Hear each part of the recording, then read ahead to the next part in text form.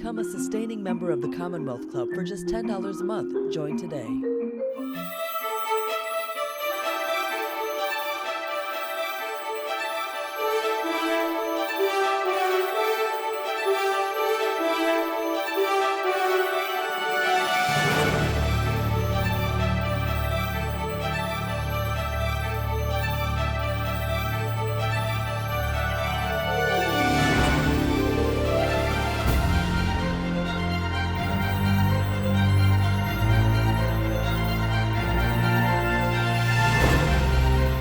Good evening, everyone. Welcome to tonight's program, Courtney Martin, Learning in Public. My name is Ashley McBride, and I report on education equity for the Oakland Side, a nonprofit news outlet in Oakland. I'm really excited to be moderating my first Commonwealth Club program, especially since tonight's event focuses on a book about how a mother chose a public school for her daughter in Oakland and the lessons she learned about race, her community, and herself in making that choice. The book is Learning in Public, Lessons for a Racially Divided America from my daughter's school, which I have a copy of right here. And the author is Courtney Martin, who lives in Oakland. Courtney is an author, an organizer, and an entrepreneur. She's a co-founder of the Solutions Journalism Network and the Fresh Speakers Bureau, and the editor of the newsletter Examined Family. Tonight, she's here to talk about her new book. Courtney, welcome to the Commonwealth Club. Thank you so much, Ashley. I'm so excited to be doing this with you. And for those who don't know Ashley's work, check out the Oakland Side. She's been doing some of the most important reporting here in Oakland on education and equity. So I just feel very lucky to be in conversation with you. Thank you for inviting me to do this.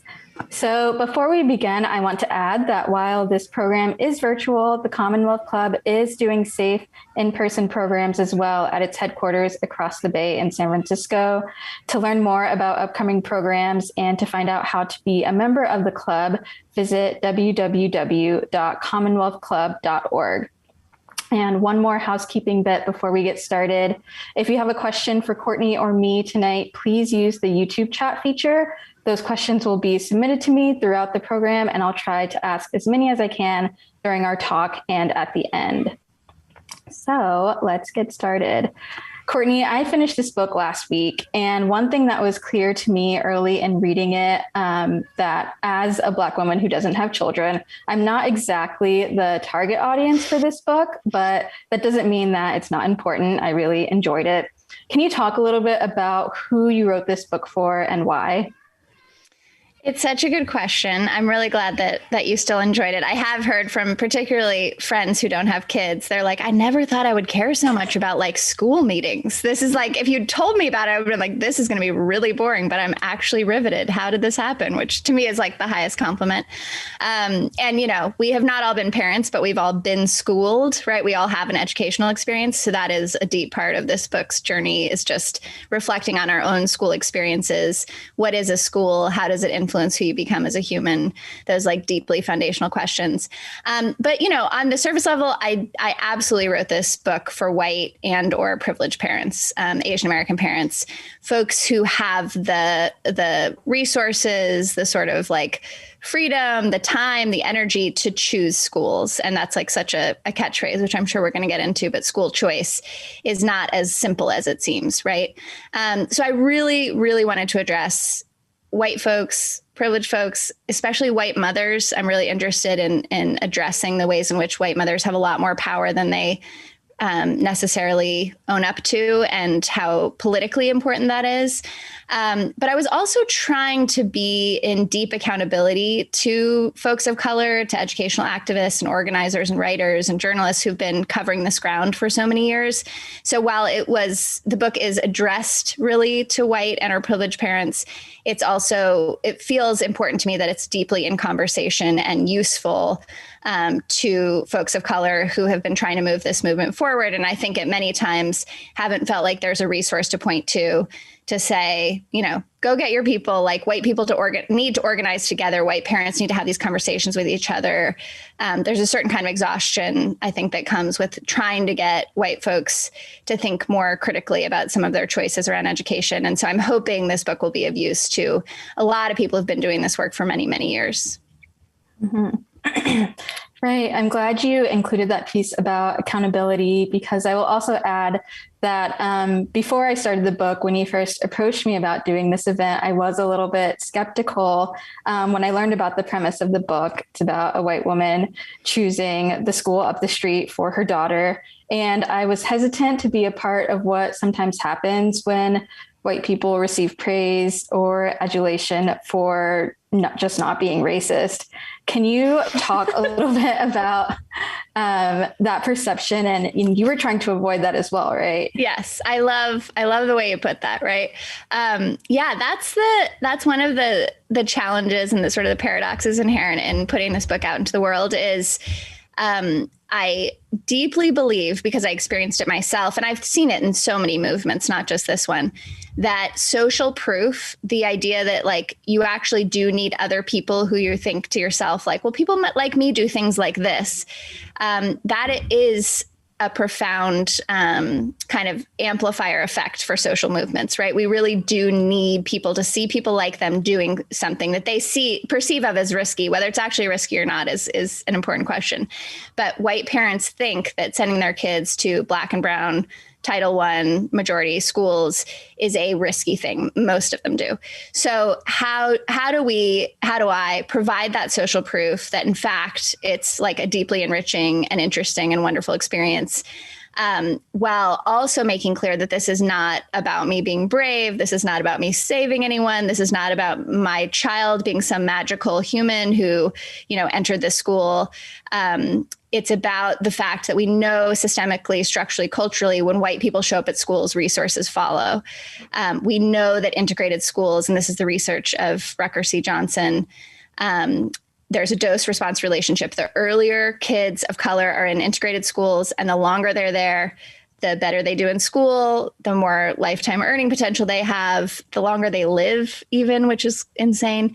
And white kids do fine, and in fact have this whole set of social and emotional skills that other kids don't have who go to super homogenous, high privileged schools. So we know this is the case. We constantly talk about educational equity and how hard it is to achieve.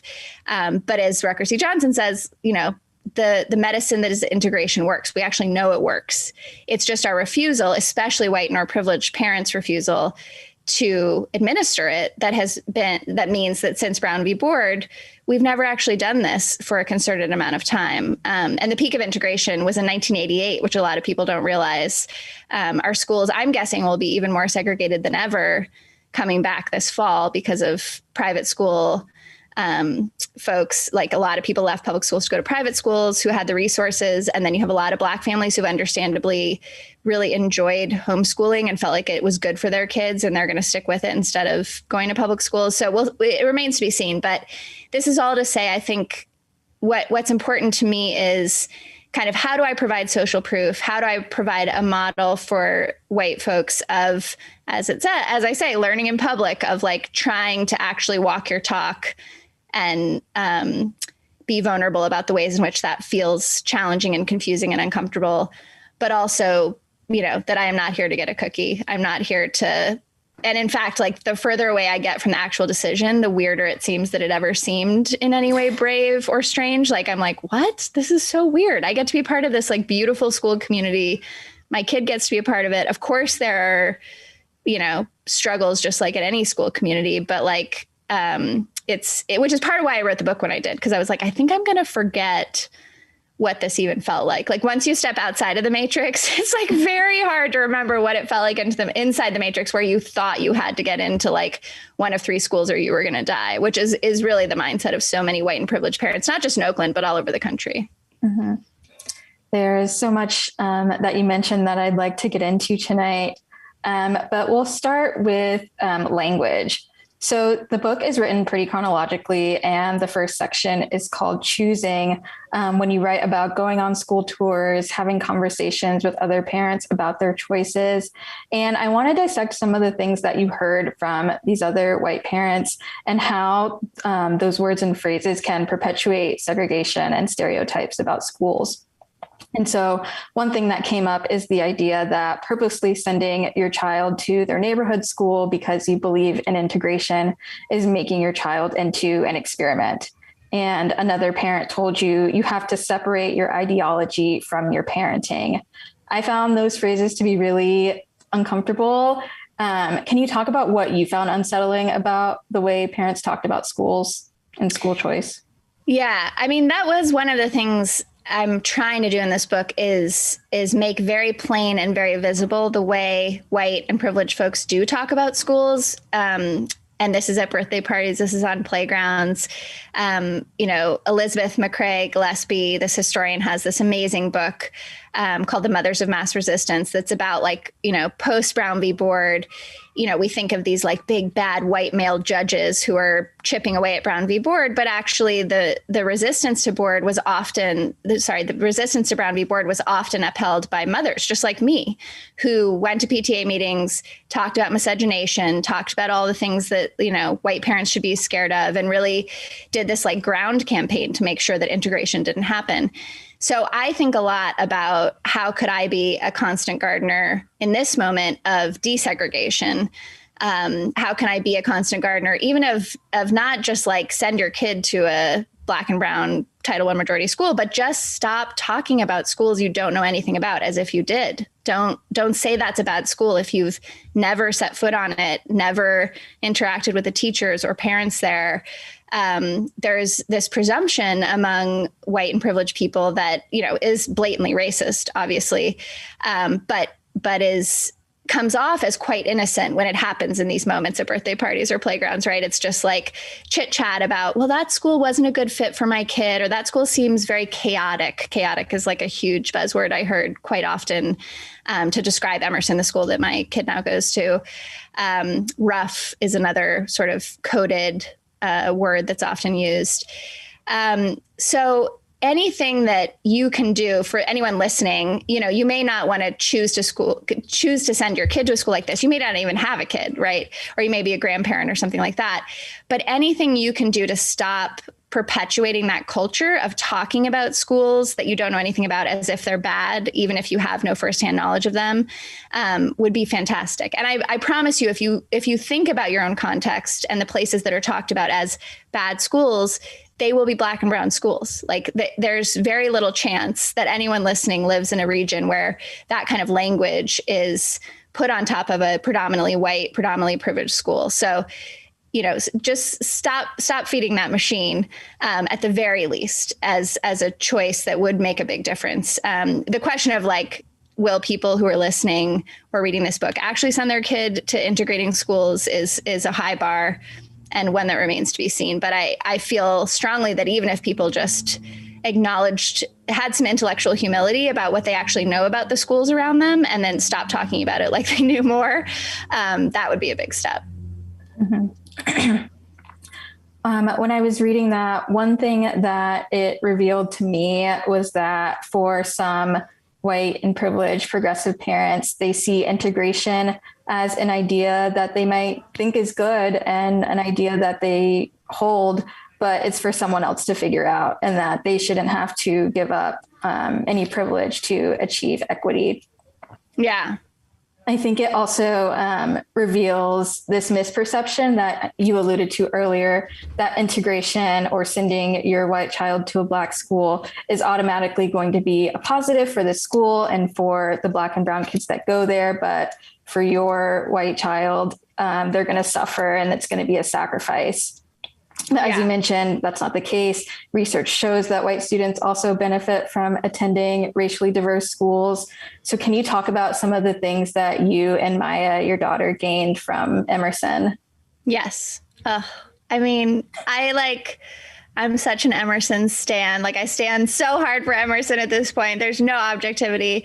And I know a lot of Emerson teachers and, parents are watching, and it's just this like beautiful, speaking of experiment, I mean, what a beautiful experiment. It's like a bunch of families from like profoundly different backgrounds, including we have a quarter kids from who are newcomers who speak English as a second language from places like Yemen and Central America. And, then we have a bunch of Black kids, bunch of Latinx kids. We have, I think at this point around 10% white kids, 75% kids on free and reduced lunch. So you throw that crew of humans together, and I mean humans, it's not just kids. It's like the parents and the aunties and the grandparents and the teachers, the educational leaders, and it's a motley crew, we just we figure it out. And I think especially during COVID, I had this even more deep appreciation for the community because I realized we had the muscles for emergency. I mean, I was talking to teachers and they were like, I know exactly which addresses of my students need food.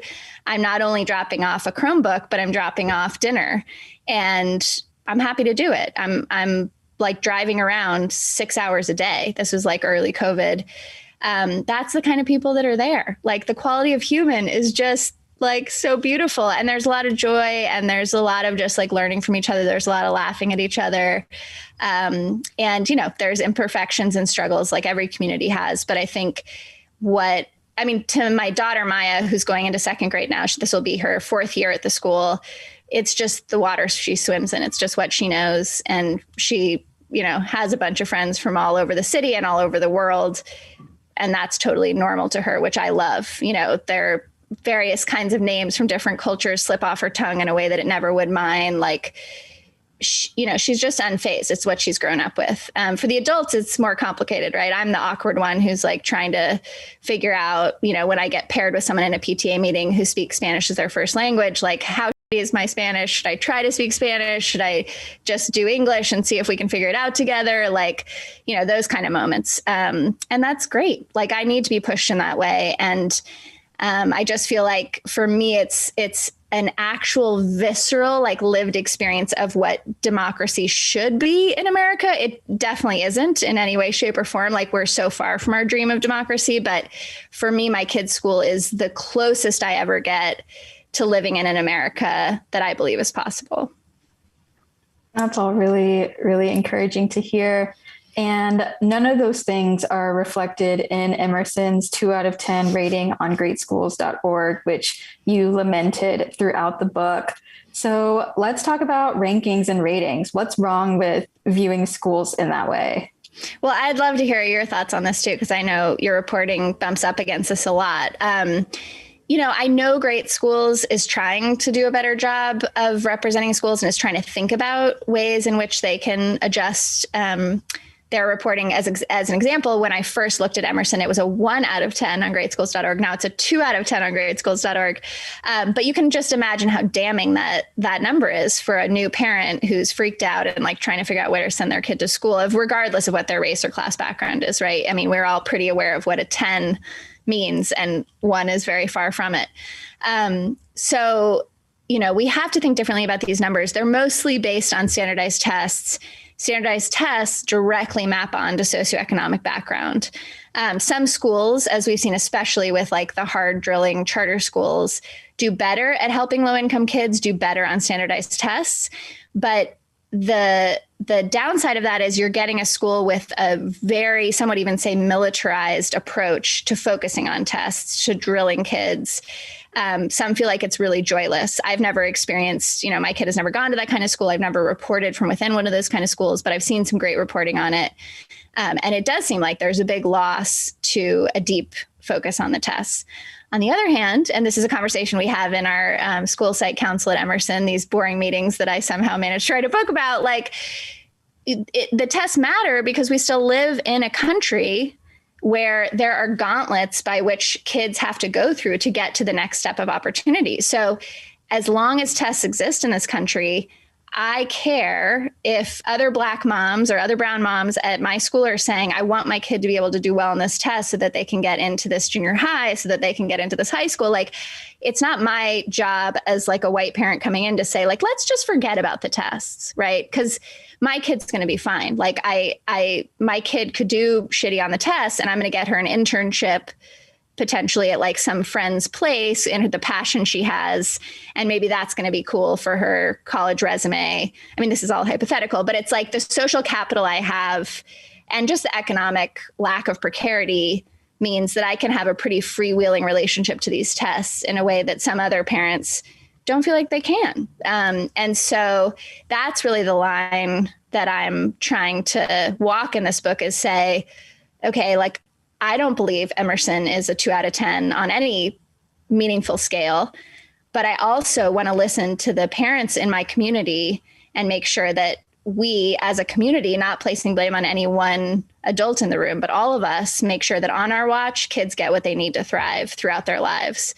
And, you know, this comes up in so many things that projects I've worked on. I'm really interested in the gap between the world as it is and the world as it should be. You know, like the world as it should be, this school should have all the resources in the world. We should be able to do like project-based learning and all kinds of other interesting things. You know, Black and brown kids deserve those experiences just as much as white kids. In the world as it is, we never have enough resources. And those kids, all of our kids need to like pass tests because that's the structure of the public school system. So here we are in the middle of all of that. And we have to make decisions about where we send our kids to school and what we value. And so that's a big part of the book is saying like, you know, you're in this tragic gap, as my mentor, Parker Palmer says, like, how are you going to stand in it with more grace? How are you going to stand in it, acknowledging your own power and doing whatever you can to make sure that the folks who have been most marginalized historically in this country get what they deserve? Mm-hmm. Okay. I want to just remind everyone, if you have any questions for me or Courtney, you can submit them in the YouTube chat and then they will be relayed to me. How do you feel about the scores? I really would love to hear, because I know this comes up in your reporting. Well, I was going to give like a personal anecdote of how I relate to this. So I'm not from California. I grew up in Tampa, Florida. And when I was in elementary school, my mom faced kind of a similar conundrum with the neighborhood school being pretty lowly rated. It's probably has a similar profile to Emerson. It's mostly Black, mostly low income. And she did not want me to go to that school. And the way it works in Tampa is that you're automatically assigned or zoned to your neighborhood school. And so I'm still not quite sure what my mom had to do to get me into another elementary school, but I did go to one that has like an 8 or a 9 on great schools. And I really enjoyed it. I don't really know what I might have missed out on by not going to my neighborhood school, but there were still sacrifices that we made in the other elementary school. It was across Tampa. It was a 45-minute drive every morning and afternoon. So that meant early mornings. It meant that at the end of the day, I was pretty often like the last kid to get picked up from after school care because my mom had to drive through traffic. So I say that all to say that, you know, the school that has the high ranking, it's not, you know, there's still sacrifices and choices and consequences that you have to make. Yeah. An important part of that story also is that your mom both had the like energy and wherewithal to figure all of that out and navigate the system, which is no small task, but also had transportation. I mean, one of the things that underlies so much of educational equity is transportation is in cities with bad public transportation systems. It's like we say we have school choice. We say low income families can choose where they want to go, but they can't actually get where they might want to go. Not to mention the cultural harm that's caused by being at a school that was not built for you, that may not like pedagogically celebrate your culture or reinforce, you know, the stuff that you're experiencing at home and the beauty that's there. So there are so many costs. I mean, I think we've told a very simple story about integration in this country. And, you know, Ruby Bridges is I don't know if I'm allowed to curse on this, but is like, should be celebrated in every way, shape, and form. Her parents should be celebrated. Her mom just passed recently. Like, you know, folks who actually did the work of trying to integrate schools post Brown v. Board, mostly Black and brown folks, deserve all the adoration. But the story we tell about it is so simple. It's like their bravery, their opportunity that they gained through this, when the truth is there were so many costs. There were so many spiritual costs. There were beautiful Black schools that got destroyed through Brown v. Board. There were economic costs. I mean, there were just so many things that Black and brown families historically went through to integrate schools, which is part of why this contemporary conversation is so painful, because it's like, so white families, because of some theoretical threat to their children that is totally unsubstantiated by any kind of research, aren't going to send their kid to a Black and brown school and then say it's an experiment, to your point of the earlier question, when this is what we've done historically in this country to Black and brown families. Like, so one of the other things I'm really trying to do in the book is kind of right size white and privileged people's fears. Like, I'm so struck by the way, and this really came up in the book around the merger narrative, at the way in which white and privileged people appear so often to feel so comfortable claiming narratives of trauma, claiming all of these intricate reasons why they can't make an integrating choice. And so I hope that people leave the book feeling like they have to face those explanations with a little bit more of a clear-eyed honesty. Mm-hmm. Okay, I'm gonna pitch you a question that I got from the audience. And it is, how do we encourage more parents in the Bay Area to think more positively about their public schools? It's hard. I mean, I'd be curious about your thought on this too, Ashley, because, you know, Oakland Unified is not known for its like cogent, cohesive leadership or like, you know, clear vision or management of money, right? It's like OUSD has had, you know, in recent history and sort of throughout history, so many problems, so many documented, you know, corruptions and disorganization and all the other things. So it did feel hard to write a book saying like, come on, like, let's do this. Like, let's invest in public schools when we're in a region where the public schools are so profoundly mismanaged by those in charge. You know, not to say anything about this particular superintendent, who I think is doing a great job and doing the best she can, but it's just like, it's not known for being like a stellar district or a district where integration is prioritized or things are handled well. So it's hard to ask people to invest in public schools. And in fact, for those who aren't aware, like Oakland is about 40% white and only 10% of public school kids are white. So even the concept of like integrating Oakland public schools is not really a white issue because there aren't enough white kids to go around. You know, there are like 80 schools. I feel like you just said this in a piece. 81 schools, 81 schools, 10% white. Like that's, you know, I think the question really here is like, how do you make integrated schools beyond whiteness? Like forget white people. I mean, I'm going to keep going at white people, but, you know, how do we just integrate from a class perspective? How do we make sure that the actual structural way in which our enrollment works, which again is something else you've been reporting on, is as immune to kind of white opportunity hoarding and strategizing and maneuvering as possible. So I think there are some deep structural questions before us. I wouldn't dismiss someone's reservations about OUSD or the public schools here. I think they're legit.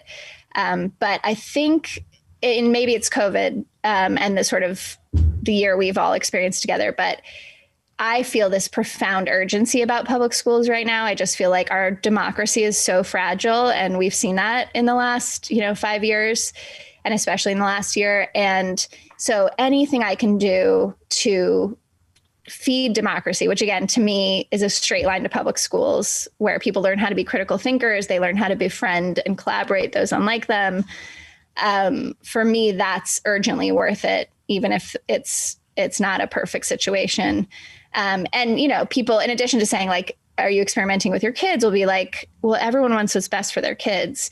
And this is also where I just feel like what's best for my kids is that after I'm long gone, they actually live in a thriving representative democracy. And it's very dramatic, but I don't feel like that's going to happen if we don't have a strong public education system. I want them to live in a country where people are critical thinkers, where they can distinguish between truth and manipulation, where they can befriend and collaborate with people unlike them. And like, that's, to me, not going to happen unless enough of us invest in public education. Mm-hmm.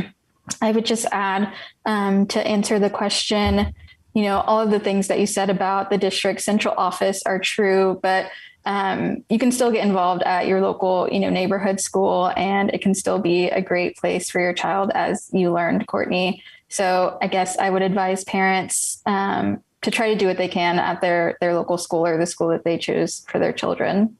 And probably also, I don't know how much reporting you've done on this, but like private schools aren't perfect places. I mean, I think that's the other dichotomy that gets set up is like, well, public schools are so under-resourced and imperfect and badly managed, but it's like a lot of private schools have a lot of problems too. So it's not like you can opt out of complexity, even if you can pay for it. What kind of complexity are you interested in? Like I'm much more interested in the kind of complexity I find at a school like Emerson than the kind of complexity I might find at a very expensive private school. So that's another thing to throw out there, is that I don't think investing in public education, not disinvesting from public education means you get to avoid complexity. Mm-hmm. Okay. I want to go back to the book. One of the most interesting people that I found in the book was your daughter's TK teacher, Mrs. Miner. And she is a woman who is really passionate about affirming Black students' identity and caring for them, but not coddling them. And what I also liked about her was that she didn't coddle you either when you went to talk to her and ask her about her views on school integration and the role that white parents play.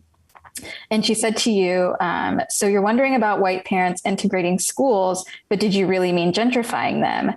And so I want to pose that question to you here. What is the difference, or if there is one, between gentrifying and integrating public schools?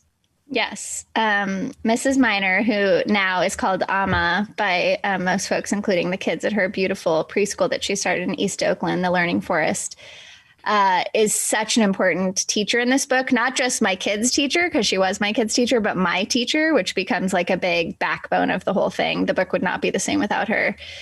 So I feel very grateful to her. And I think there is a profound difference between integrating and gentrifying a school, but it's played out in very small interpersonal ways. So I think gentrifying a school is when white folks, privileged folks, Asian American folks come along and say, and this language you hear a lot, critical mass. So like, let's get a critical mass of people from the neighborhood who previously abandoned this neighborhood school. Let's now invest in this neighborhood school and make it quote unquote better. But the better is defined by the culture of those parents, by like usually a white elite culture. And so it may not actually align at all with what generations of families at that school have valued about that place. And we really saw this in that super popular podcast, Nice White Parents, right? It's like white folks bullying their way in, remaking the school in their image and wanting to get a cookie for it. So, I mean, the most primary thing that white and privileged parents can do who are thinking about this and not wanting to be gentrifying schools is think about how you show up. And I've been so accompanied in that regard by this organization called Integrated Schools, which folks should Google and check out, that has a podcast and just has like a bunch of resources about once you make this choice, which, as you know, is only the first part of the book, is making the choice. And then the three other parts are about showing up, like how do you live into the choice?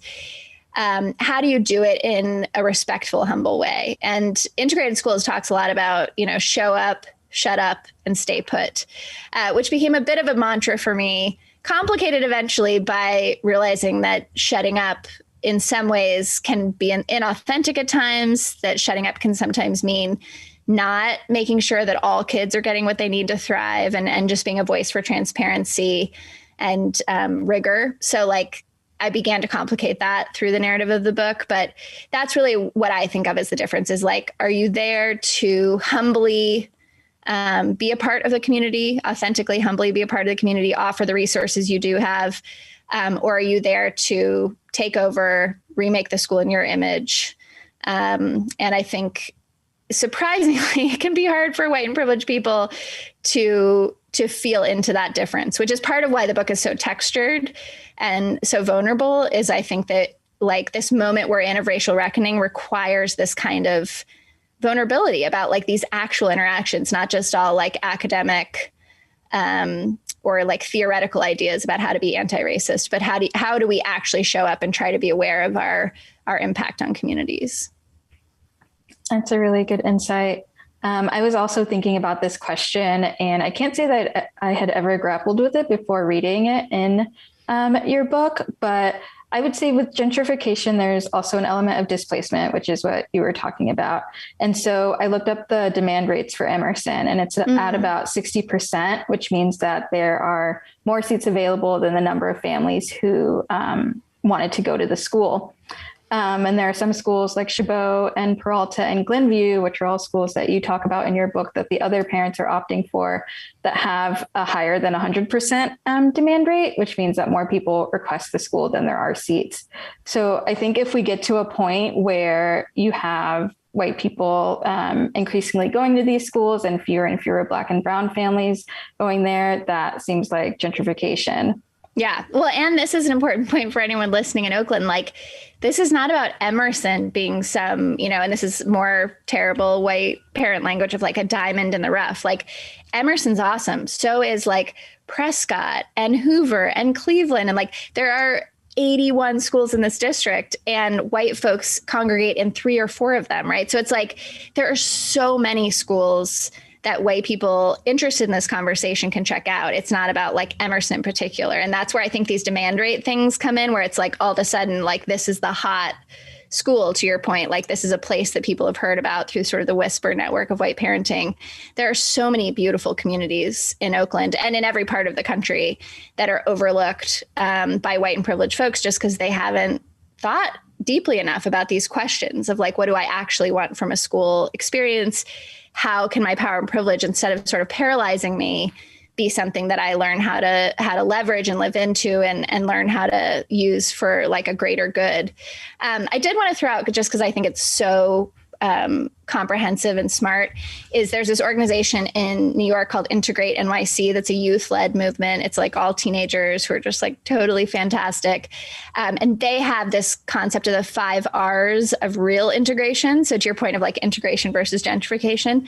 And the 5 R's are race and enrollment, which is pretty straightforward, right? Make sure that, you have, and I would say class too, sort of race and class enrollment policies that encourage actual integration.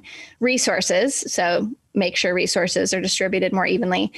And then relationships across group identities. And this is a really important one because we see so many schools where the demographics look integrated, but actually kids don't know each other. They don't sit together. They're not in the same classes because all the white kids are in like AP classes, et cetera. Restorative justice. So this is like actual processes of like living in multicultural community, which is not easy for us because we're still such a segregated country. And then representation of school faculty, which is also a really important point that Mrs. Miner brings up a lot, is like, who are the teachers and educational leaders that are standing in front of those kids in those classrooms? So just wanted to throw that out because I love Integrate NYC, and I think they've probably done that better than most of us adults. Wow, that's really interesting. I will definitely have to look up that organization.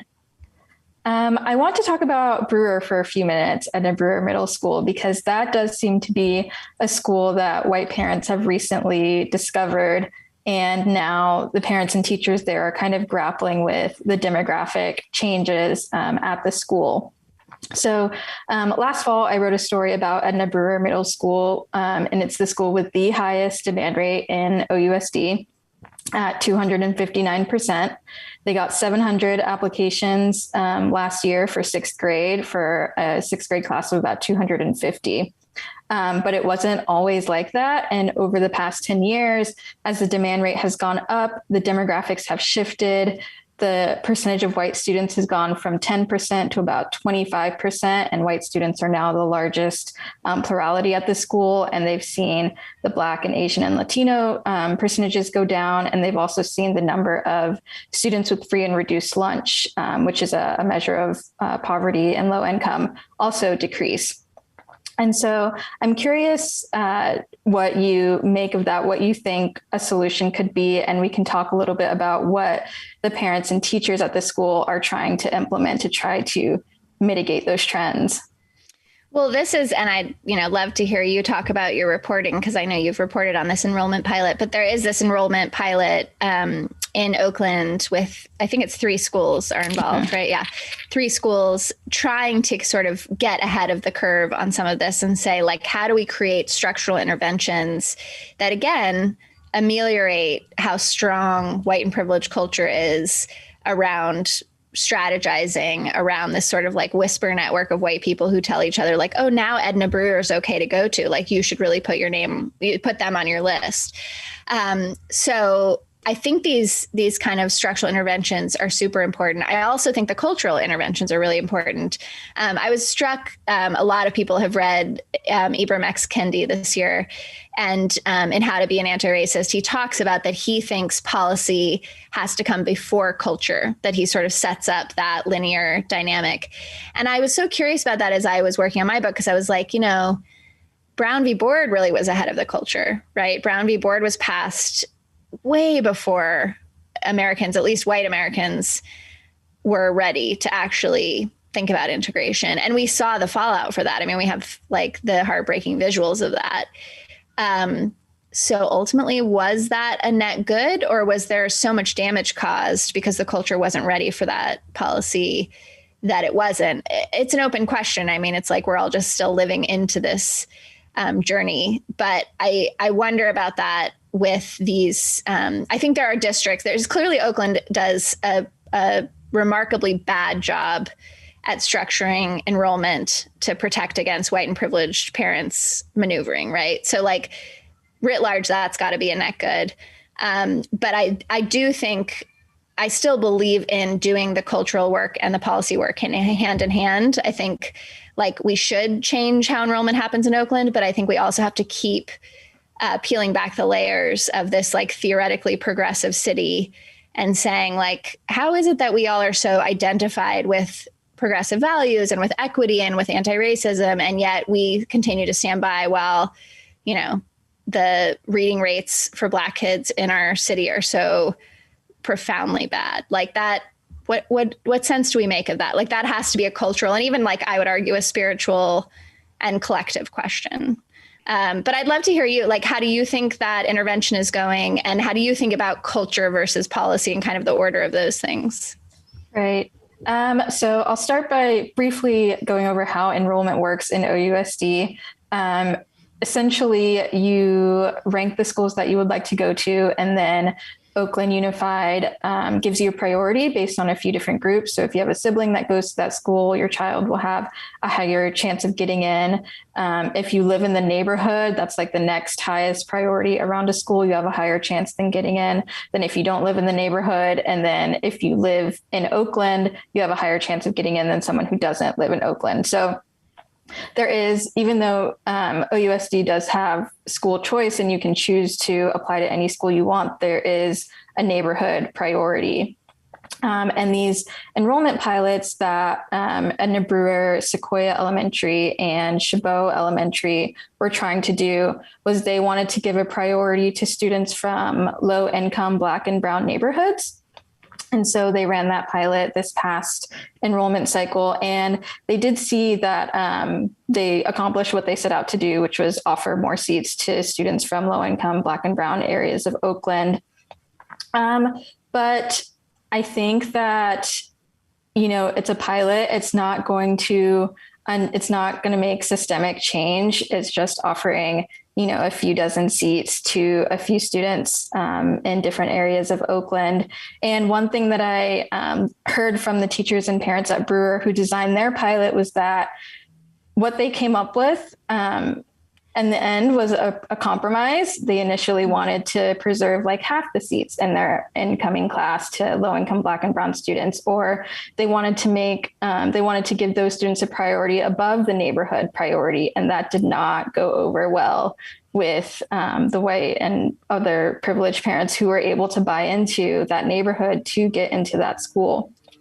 And so, and this is where like these questions of like, are public schools actually public become very interesting, because it's like, I think it's Jack Schneider, whose work I really benefited from while I was working on my book, says like, you buy a house, you buy a school. Like people, and I was not actually organized enough to do that when we bought our house. I was like, I'm pregnant. I don't know which way is up. I'm just trying to find a place to lay my head. I did not look up what our neighborhood school was. I was in no way planning. But I think I'm quite unusual in that regard. I think a lot of people who are buying homes, especially in the Bay Area at this incredibly inflated market moment, are thinking a lot about what district they're buying into, what school they are buying into. And that's where this perversion of the notion of like a public school system really hits home, is that all of this is so intertwined with housing. And here we are, in one of the worst housing markets in the nation. So of course that shows up in our school segregation. Mm-hmm. Okay. I want to address one question that we just got that said, what about white children that are low income? And I will add that for the pilots, they didn't target individual families. They targeted like census tracts that were low income and that had more than half of the residents were Black or Latino. So it'll just be, if you live on that block or in that census tract, you'll get a priority into that school. But it was an express desire from the schools that designed the internships that they wanted more students of color specifically in their schools. Yeah. And I think this is not unlike the question that always comes up about grappling with race and racism is like, but what about poor white people, right? This is like when we talk about Trump or we talk about like so many of the racial reckoning related conversations that have happened over the year. Like, of course, there are low income white folks who are grappling with access to a high quality school. Super important topic, but I don't think it should distract from the fact that we live in a historically Black city, the home of the Black Panthers. And for generations, we have not educated Black kids in the way that they deserve to be educated. And so like that, of course, we should be considering low income white kids. But I really feel like that's kind of a red herring in these conversations that often serves to distract us from really thinking about the most historically marginalized folks, not just in Oakland, but nationally. And how do we finally, like generation after generation, do something different? I also wanted to add that when it comes to school segregation, we can't talk about school segregation without talking about housing segregation. And in a city as segregated as Oakland, I think that if OUSD really wants to be serious about, integrating schools or having equitable enrollment, they can't leave the neighborhood preference intact. Like you just can't give people a preference to the schools that they live around when you have such a segregated city. And in case anyone missed it, that was Ashley's drop the mic moment. Because neighborhood priority is like such a sacred cow, I love that you said that, because I do think like we got to get real about some of this stuff. We got to like talk about the ways in which public schools can be bought in the current system that we have in this current structure. So I love that you said that. I just want to make sure you're so subtle, you're so smart and so subtle that I'm like, is everyone hearing that? Okay, keep going. And then the last thing I wanted to say is that when you talked a bit about culture versus policy, and now we have a policy that gives parents and white parents the choice of where they want to go to school, but it doesn't seem like white parents are going to willingly integrate. So I think that the policy might have to come first. But yeah, I don't know. I'm not a parent and I haven't really had to grapple with these questions. One of the things we talked earlier that I love so much about your story, and you shared a little bit about your elementary school experience, but you ended up, by the time you were choosing high school, really advocating with your mom, like, I know the high school I want to go to. And she actually disagreed with you at first and you pushed for it. I think that's like such a beautiful part of this moment we're living in, is that young people are saying like, we want equity first and foremost. Not all young people want integration. A lot of young people probably have reason to be cynical about integration. But young people are watching the disaster we've made of this country in terms of kind of actual racial and social healing.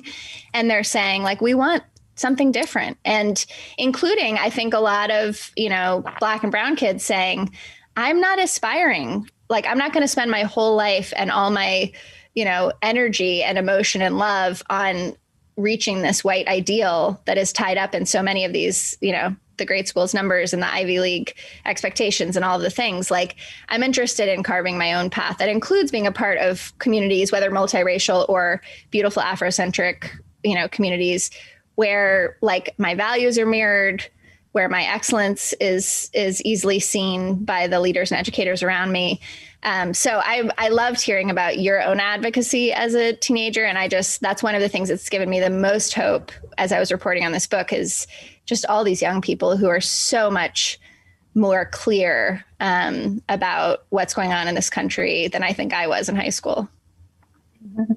We have about 10 minutes left. I have a couple of more questions that I really want to ask, and I'm also going to ask some of the ones that we've gotten from the audience. I'll try to be short. Okay. One more thing that I wanted to add about the pilots that I think is really important is that they are putting the burden on Black and Brown students and families to do the integrating.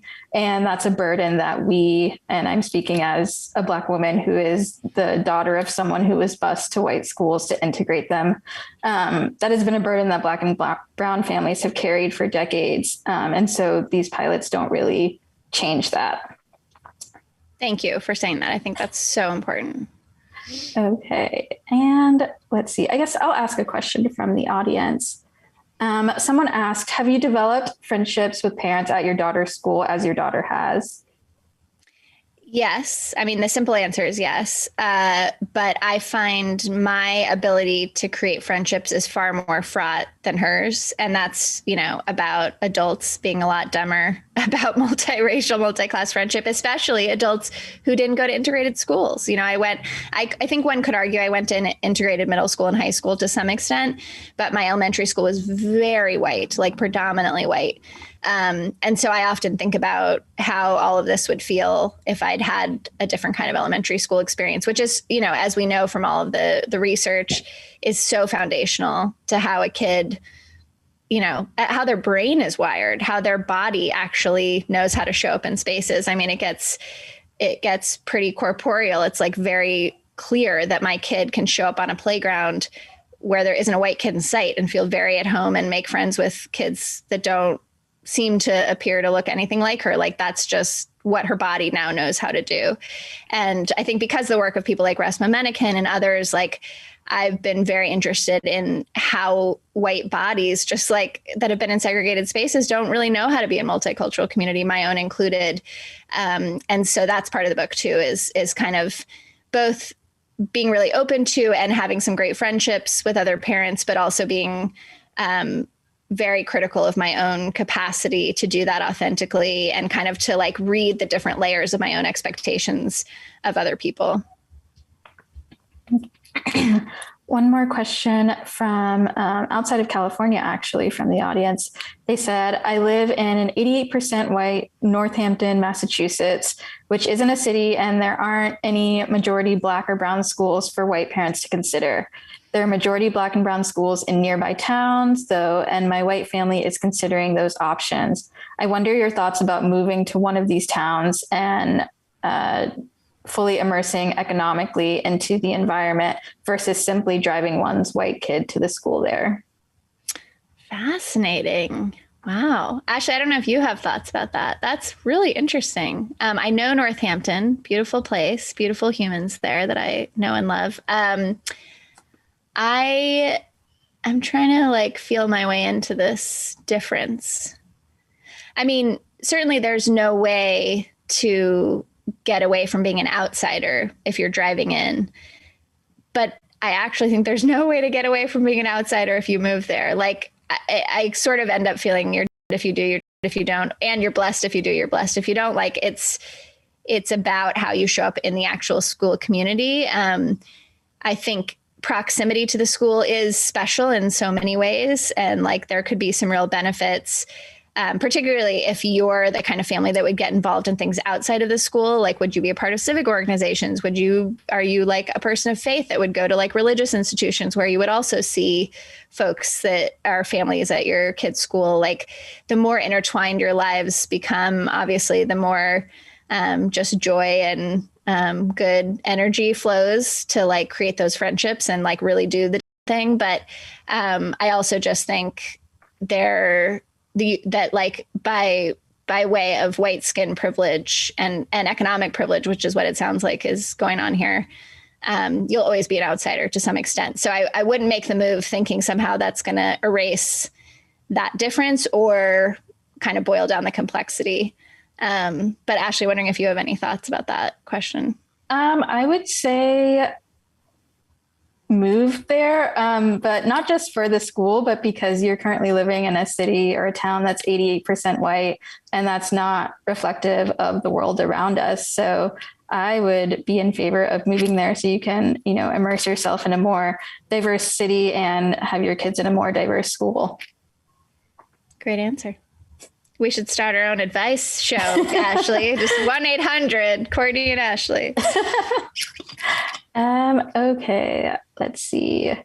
I'll ask one of my last questions. So the pandemic has forced schools to close in Oakland and the Bay Area for more than a year. And that combined with some parents' desires to do more in-person learning, they're fed up with distance learning, has led some people to think that there will be an exodus of white parents from public school districts like Oakland and San Francisco, which will lead to more inequality. What's the right way to address that? Can we prevent that from happening?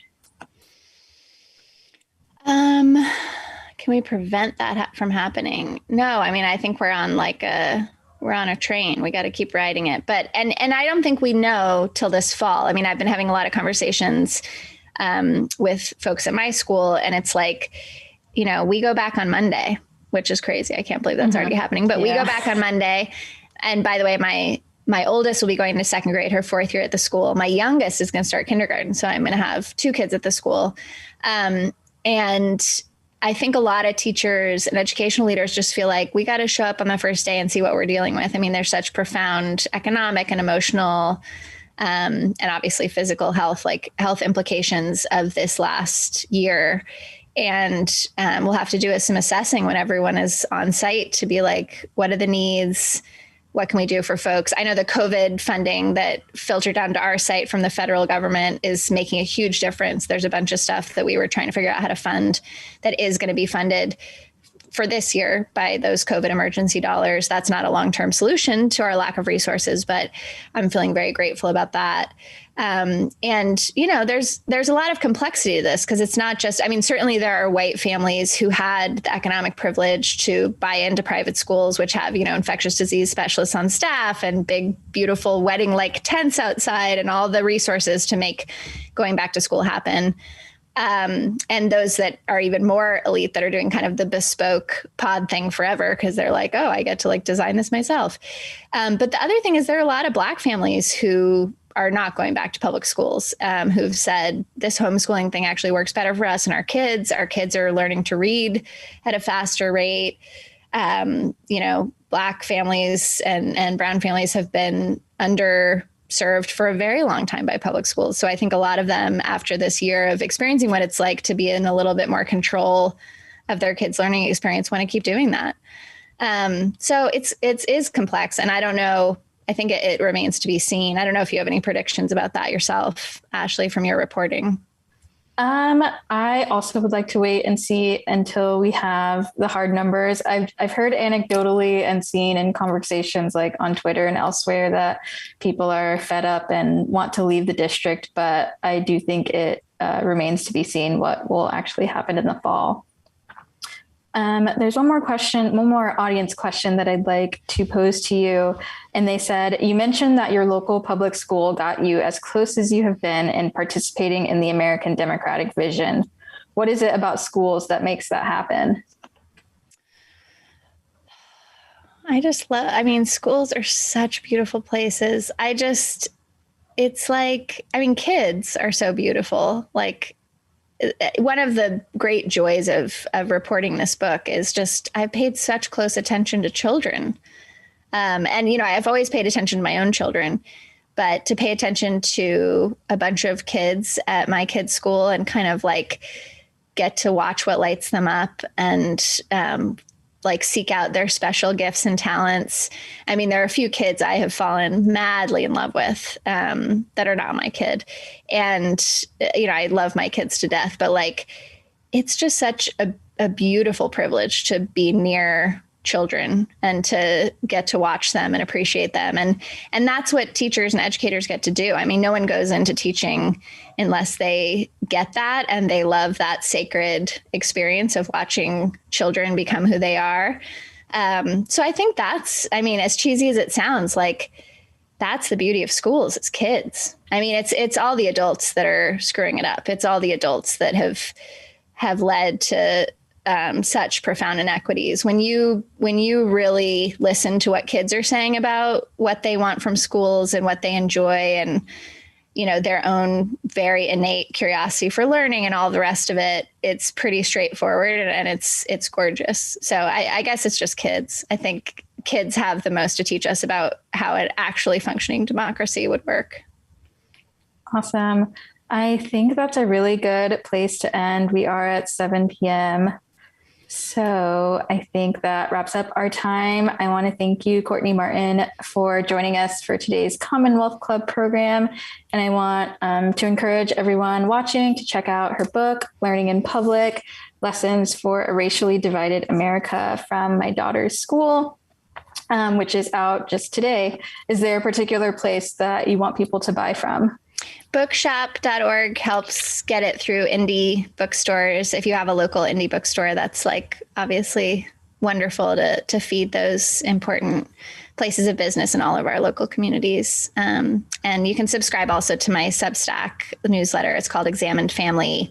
Follow me on Twitter at Court Rights, all the things. And please, please, please check out Ashley's reporting and Oaklanside in general, which is one of these incredible local outlets that is just doing a fascinating and important job of covering what's happening here in Oakland, doing it with accountability to folks who have lived here for a long time, being like very creative about events and all the rest of it. I just have such admiration for both your reporting and for Oaklanside more largely, Ashley. So thank you so much for doing this. Well, thank you so much. And my coworkers are an awesome team and we all do really incredible work.